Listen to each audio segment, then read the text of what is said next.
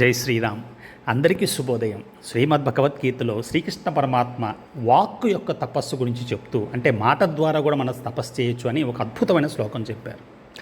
అనుద్వేగకరం వాక్యం సత్యం ప్రియహితం చేయత్ స్వాధ్యాయ అభ్యసనం చేయవ వాగ్మయం తప ఉచ్యతే.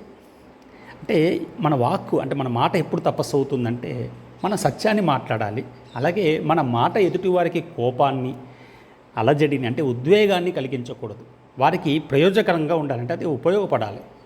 అలాగే నిత్యం దైవ సంబంధమైన విషయాల్ని మనం పఠించడం కూడా వాక్ యొక్క తపస్సు అని శ్రీకృష్ణ పరమాత్మ చెప్పారు. మరి ఇక్కడ మనం సత్యం చెప్పేటప్పుడు అది వినేవారికి కొంచెం ప్రియంగా ఉండాలి.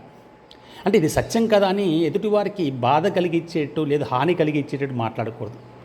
అలాగే చాలా ప్రియంగా ఉంది కదా అని ఎప్పుడు అసత్యాన్ని పలకవద్దు అని మన సనాతన ధర్మం కూడా చెప్తుంది.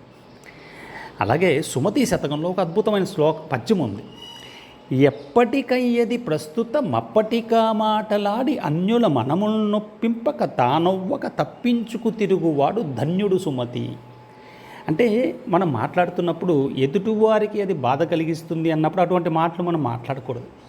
ఎందుకంటే మనం ఎదుటివారిని బాధిస్తే ఆ ఎదుటివారి ద్వారా మనం కూడా బాధపడతాము. అందువల్ల మనం ఏం చేయాలంటే ఎప్పుడు కూడా హితమైనవి, అందరికీ ఉపయోగకరమైనది మాట్లాడాలి. అంతేగాని ఎదుటివారిని బాధించే విషయాలు ఎప్పుడూ మనం మాట్లాడకూడదు అని దీని ద్వారా మనం తెలుసుకోవాలి. జై శ్రీరామ్, జై శ్రీకృష్ణ, జై శ్రీరామకృష్ణ.